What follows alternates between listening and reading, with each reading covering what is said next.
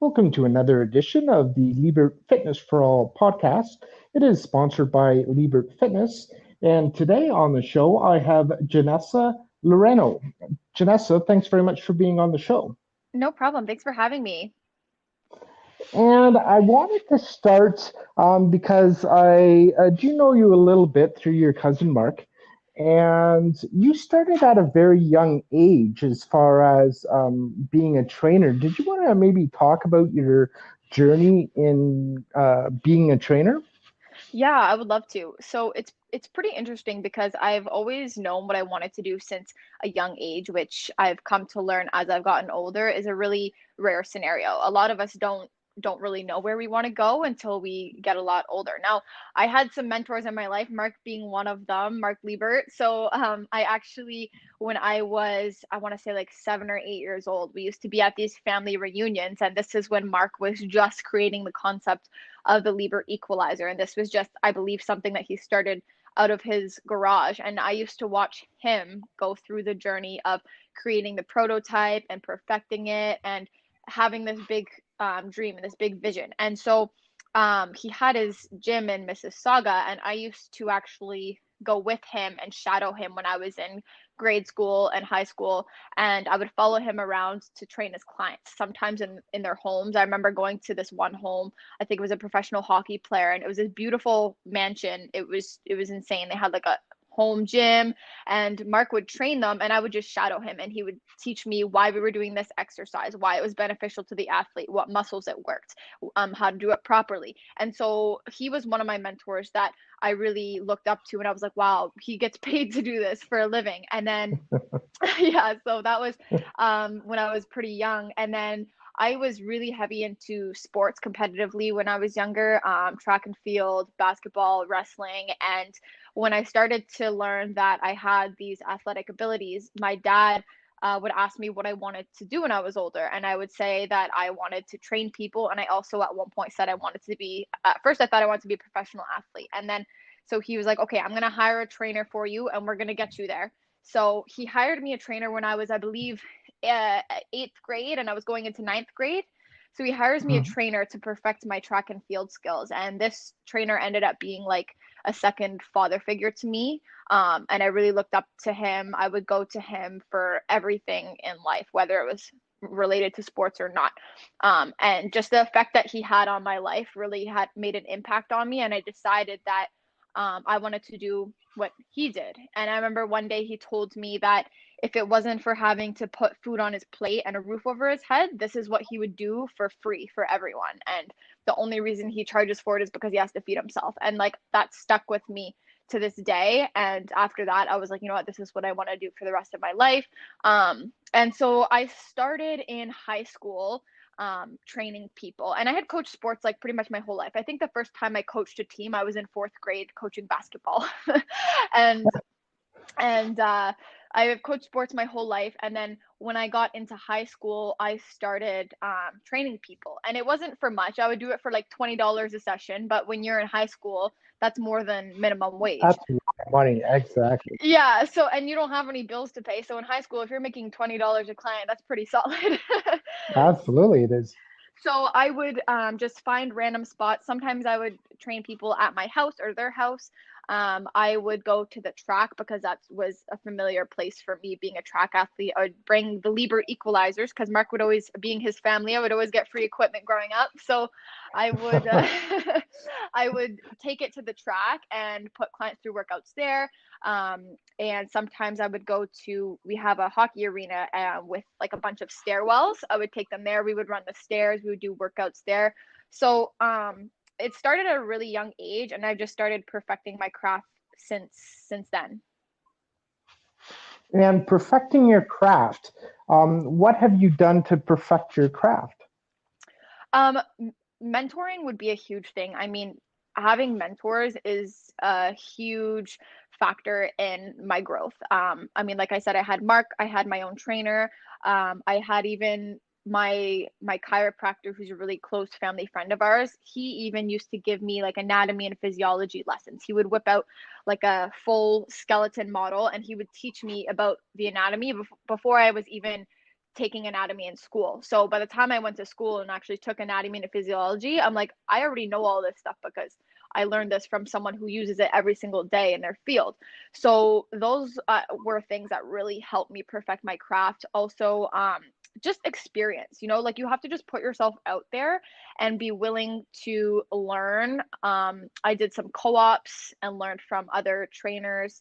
And also taking feedback from clients. I find that's a big one. So I'm still working on this. I'm not always the best at taking constructive criticism because I'm the hardest person on myself, but I really do try to listen to the feedback that I get from clients, especially when I first started out, because you don't know everything when you first start out. And the only way you can get better is to listen to the clients and not only listen to them, but see what's working and what's not. And that's been basically a lot of trial and error. Now, with the clients, like, do they know their bodies better sometimes and what they can and can't do? Or is that a matter of that, yes, they can do this and it might be modified, but I'm going to get them, to do, that particular, uh, I don't know, workout as an example? That's a tough question because I would say it depends on the client because I do have some clients who are they really love to push themselves and they just kind of need that person there to show them what to do. And there are times when I do say a lot of the time to my clients, you know your body better than anyone else, in terms of like if they're feeling like they need a rest day or they're feeling really sore that day. I'm like, okay, if your body's telling you you need a rest day, then take a rest. But there are also these clients on the other end of things that the reason they hire a trainer is because they need someone to push them and they really don't like doing it on their own. And I've also had clients that they say, I'm like, okay, this is the exercise we're doing next. And they're like, I can't do that. And I'm like, have you tried doing it before? And they're like, no, but I can't do that. That looks really hard. Like, so sometimes they know and sometimes they don't know. I think it's a matter of that's why they need the coach there because if I Hmm. wasn't there, you would just if I was to send you a video and be like, okay, this is the exercise you're doing, and that client would have just looked at it and been like, no, I'm not doing that, I can't do that. But I was there to tell her, yes, you can, like, let's at least try it because you're there to Yep. push them out of their comfort zone, but also as a professional you should know what's safe and what's not and what people are capable of, so you can kind of read people's fitness levels pretty quickly once you've been doing this for a while. Oh, absolutely. And uh, on your Instagram page, it says that you're a tough love trainer, which I absolutely loved when I saw that. What is a tough love trainer in your opinion? So with tough love trainer, there's the component of the love side of things where you're nurturing them, you're caring for them, you're making sure that they're doing what they need to do, you're laying out the plan for them, you're being that support system and that guidance for them. And that's really what a trainer is there to do. But what I've found is a lot of the time with clients, my experience is you can't only have the love side of things. You also have to have that tough side of things where you're holding them accountable because if you don't have accountability, I can know the best meal plans, the best workout routines, but if I'm not holding you accountable and calling you out for your BS at the same time, then it's not going to work. Yep. And I will say that in the past, um, in my earlier days of being a trainer, I was a little bit too lenient with people. And then I'd be like, why am I not seeing results? Why am I not seeing results? I know that I'm giving them the good workouts, I'm giving them the proper nutrition advice. And the part that was missing was the tough love side and that accountability side. And now that I've started incorporating that more, I notice a huge difference in my clients, both their mindset, the physical transformation as well, and the mental transformation. That's awesome because I'm certainly one of those people that need the tough love when I'm working out, and your cousin has certainly tried to help me out as well. But yeah, absolutely, you need that tough love to make sure that they are progressing and doing what they need to lead a healthier lifestyle. So Of course. I want to touch on O2Fuel Vaughan because, as I understand, you're an owner there, and I just wanted to know how that became a business venture for you and what you've learned so far in the, being a small business. Oh wow, that's like it's so crazy how much I have learned in the last couple of years since taking that leap, especially with being a small business owner in the middle of a pandemic. So, I mean, learning the business ins and outs is already hard enough, and then you throw that in there. So I've grown so much in the last couple years, but especially this past year alone. So I guess to start, I was in school. I was taking sports and recreation management, and I had always known, like I said earlier, I'd always known what I wanted to do and that what industry I wanted to be in. And I used to think that I wanted to own my own gym and start it from scratch, build the brand from scratch, make the logo, create the name, create the branding, the philosophy from the very beginning. That was always my dream since I was younger.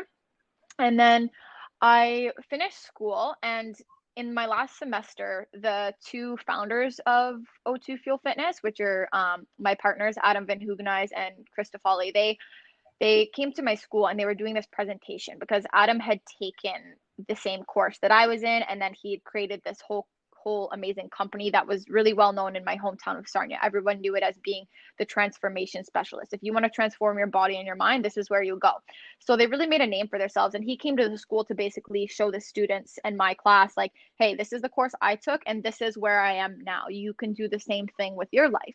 And I was sitting in the class just like astonished by what they had done. And then the next day we were supposed to go to their gym and take one of their classes to see what it was all about. And the background of O2 Fuel is basically we train people like athletes, but we modify it for the everyday adult. So you have that lean athletic look. So when I went there, it's a very sports conditioning style of training. So when I went there to take the class, they came up to me and they're like, you play some sort of sport, don't you? Like, were you a track athlete? And they knew right away just by the way I moved my body, because all those movements were very familiar to me and it was easy for me. So then we started building a relationship from there. And they had asked me to come in for an interview for to be a trainer. And I was like so excited. And I go in there and I do this interview, but I had gone in there with the mindset of like, oh, this is my dream job. I really hope they take me. I really want this job. I really need this. And like my confidence wasn't at the same level it is now, and my, I guess, value and my self-worth. And I went in there like so eager. They ended up telling me I was too green. I was just out of school. And they said that I needed to go get more life experience. And they're like, we don't want to train you and then you go off to get life experience and like move somewhere else. I'm like, I wouldn't do that. This is my dream job. I wanted this my whole life. Next thing you know, probably a month or two later, I had booked a one-way flight to the Dominican Republic. and and I Oh was no. like, only a month before, I was like, I'm not gonna move away and get life experience. I just want to work here for the rest of my life. But they were right. I will admit it now. They were right. But I kind of like, it's funny now because we joke about it. I'm like, you guys rejected me, and then my middle finger to you was I got a one-way flight to the Caribbean. So so then I'm there for 2 years, which is a whole other story. But I'm there for 2 years, and I started my own little training business there and was making a living in a third world country, which is not an easy task. So they had saw me posting on Facebook and posting on social media about these clients. I'm like training in the tropics, and so Chris messages me and was like, what are you doing down there? I don't understand. Like, you need to tell me what's going on. He goes, first thing I know, he goes, we're interviewing you. And then next thing I know, you're on a flight and you're training people down south. So he'd actually come down because he was like impressed by what I was doing and how much I had grown and just taken this risk on myself. So he came down and he wanted to see, he goes, I have a possible opportunity for you, but I want to know what it is you're doing. And so he came down to see for himself, and he didn't really say anything about business yet. I think he wanted to see what I had going on there. And then about the third or fourth day in, I had shown him around the island. I showed him the gyms I was training at. I introduced him to some of my clients and explained how I was making money down there, and getting my name out there. And the third or fourth day in, he sat me down and was like, listen, we want to start branching O2 Fuel out and opening more locations. And we want to possibly talk with you about bringing you on as a partner for our next location. So then that conversation started rolling. I ended up moving back to Canada to work for O2 Fuel first because I wanted to make sure that I believed in the company and fit in with all their values and everything. So I'm like, okay, I'm going to work for the company first. And then if I like it, which obviously I ended up loving it, then I want to be a part of it. And then here we are now. I have my very own location in Vaughan. That's absolutely amazing for your story and being in the Dominican and working in a third world country and still having clients. Um, like, can you let us know, the listeners know, how you grew your fitness business when being in the Dominican through social media?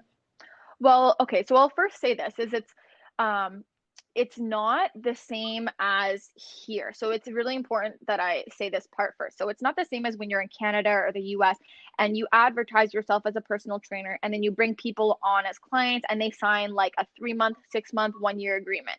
You don't get those long-term clients as easily because in the Dominican Republic, it's a lot of tourists and like snowbirds. So they're there for a very limited amount of time. So you're lucky if you can get even like a 1 month agreement out of someone because they might be in a different country the next month. So you don't have that reoccurring income all the time. You're constantly having to get new clients. Whereas here in Canada, I sign people for a year, 6 months, no problem.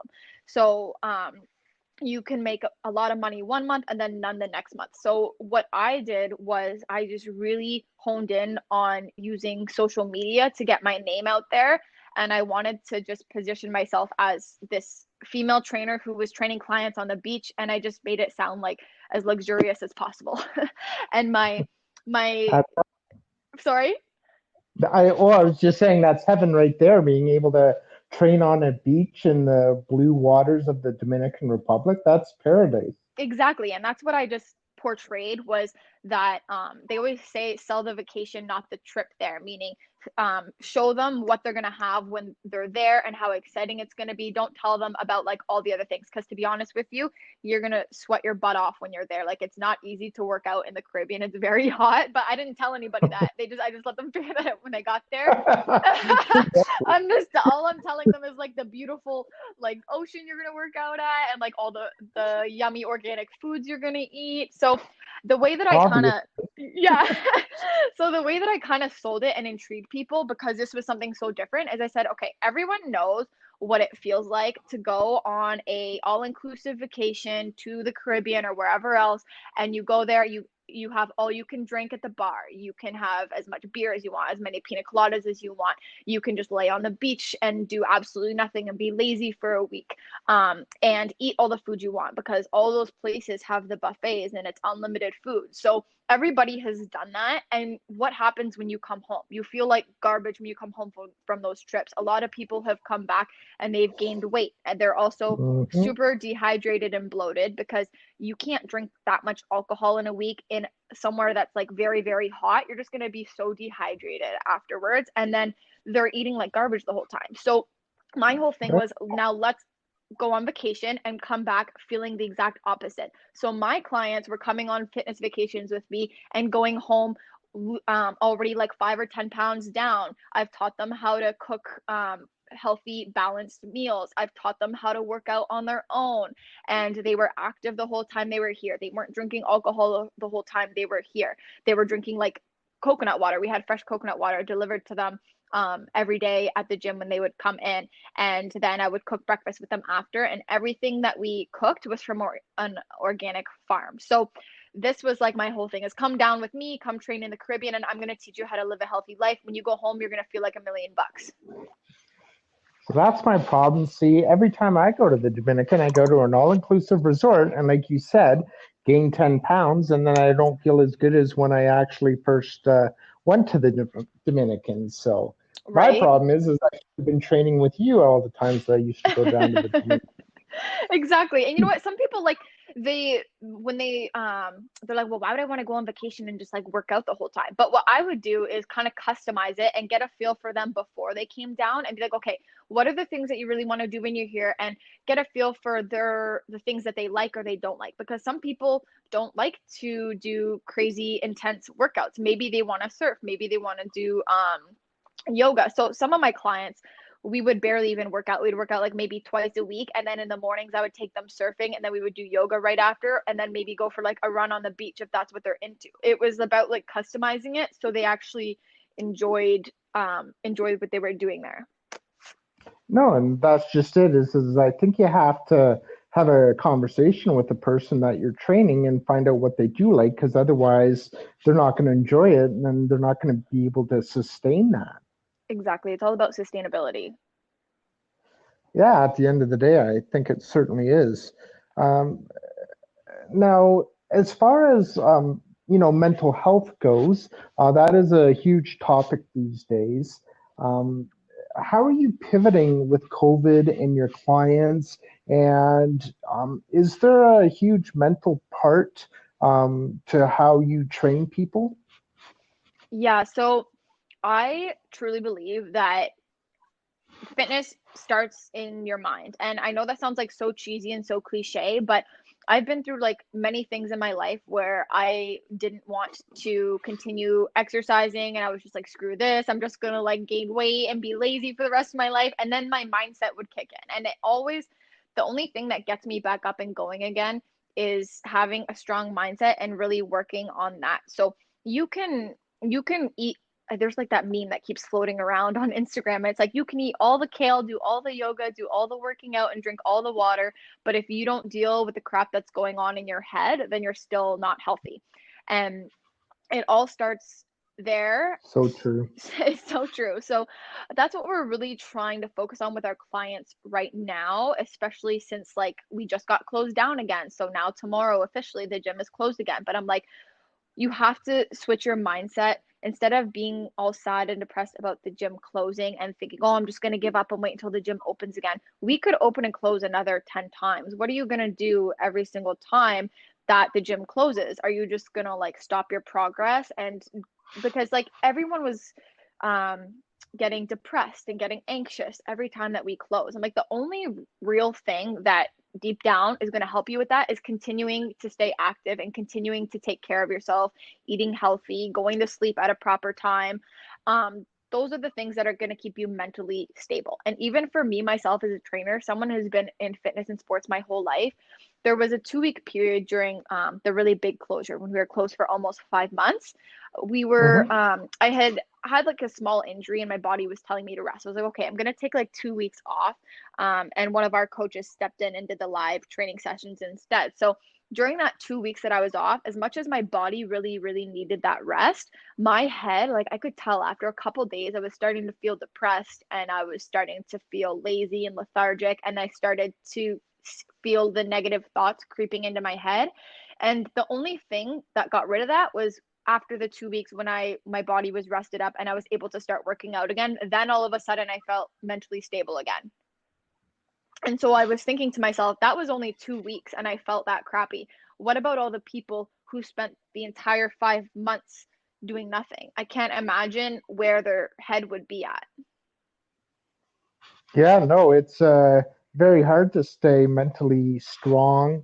And you do have to take care of your mental health at the end of the day, because I really think that um, I just think that that's kind of the starting point. If you have good mental health, then you feel like exercising, or you feel like making a good meal, or making, good meals at the end of the day. So for me, mental health, it's the number one thing, and it's something that I struggle with. And yeah, I just think it's the number one thing to start dealing with, and then everything else falls into place. I think for sure because you know what? I think it's easier said than done, obviously, just like Oh anything. God, yes. Easier said than done, but that's why I think it just requires baby steps rather than like an all or nothing mentality, which I've been guilty of before and I really try to work on not having this all or nothing mentality. But I noticed that a lot with the general public is they're like, okay, I either have to be working out every single day for an hour every single day and eating healthy all 3 meals of the day, or it's like nothing. But it doesn't have to be that way. And I used to be like that. And now I really have started to realize that's not realistic. That's not sustainable. And you're not going to be mentally healthy at that point because you're putting so much pressure on yourself to be perfect all the time. It's not about that. It's about creating a sustainable lifestyle that's consistent. So, consistency can mean that you just do 3 workouts a week and you eat healthy 80% of the time, and the other 20% of the time you treat yourself, but you do those things consistently rather than being perfect 100% of the time. You're actually going to see better results mentally and physically that way. Absolutely. Now, because you've been a trainer for a very long time, or at least working towards that, what are some of like top one or two things that you've learned through this process of just becoming the person that you are today? Ooh, the top one or two things I've learned.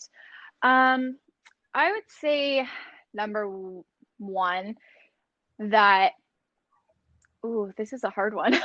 Top one or two things I've learned about myself, you mean, or about like the industry?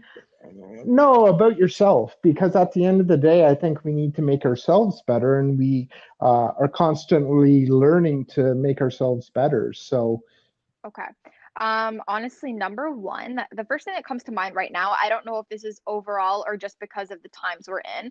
I would say the first thing mhm. is I'm hands down the hardest person on myself, and I have learned that I need to have a better balance of releasing that pressure on myself and not thinking that everything has to be perfect 100% of the time, which is funny because I was just saying that it's all about balance and not being perfect 100% of the time. But that's how I know that is because I am the worst at that. You've experienced this, yes. Yeah, both in business and in fitness. I'm really learning to go a little bit easier on myself and have more boundaries, I guess you could say. Boundary is like my new favorite word. Okay, yeah, boundaries are good Yes. to have at the end of the day, but it's good that you recognize it and you've talked about it because, like I said, I have my own mental health challenges at the end of the day, and I find that with me, I'm also very hard on myself, and it's just good to verbalize it because if once you verbalize it and say what you need to work on, then at least it's out there. And especially if you write it down too, because then that's something you can look at every day to say, okay, this is what I need to improve on. And you've recognized that, about yourself. So that's awesome. Yeah, I mean, I think I've always kind of known that, but this year has really shown me that I've got to have more boundaries, both with myself and with other people and with clients, just to salvage my own mental health. Because at the end of the day, you can't give everything to everyone. You have to take care of yourself first, and then you'll be able to take better care of everyone else after that. But you have to make it's like, what's that saying? You can't pour from an empty cup. Absolutely. No, you certainly cannot. Uh, for her listeners, just before we go, do you want to talk a little bit about your uh, the O2 Fuel Fitness, and if they want to become a member or be able to talk to you, give those details out. Yeah, for sure. So, um, we are located in Vaughan, Ontario. So, if anyone lives in the area, obviously right now we are closed as of today, but we will be opening again soon, I'm sure. So, they can find us at o2fuelfitness.com. My personal Instagram as well, you can reach me. It's Janessa, Janessa Laureano, Laureanoo. I did a double O because for some reason there's another Janessa Laureano out there and she won't give me my name, but so I have Oh, two O's. And we are doing an online program now as well, and we have a supplement brand that we just launched. So that's going to be up on our website shortly if anyone wants to join our online program and train with me online. perfect. Well, Janessa, it's been lovely having you on the podcast. Thank you very much for agreeing to do it. And you have been listening to Janessa Laureano on the Fitness for All podcast. And once again, it's sponsored by Lebert Fitness. Thanks, Janessa. Thanks, Cam. Have a good day.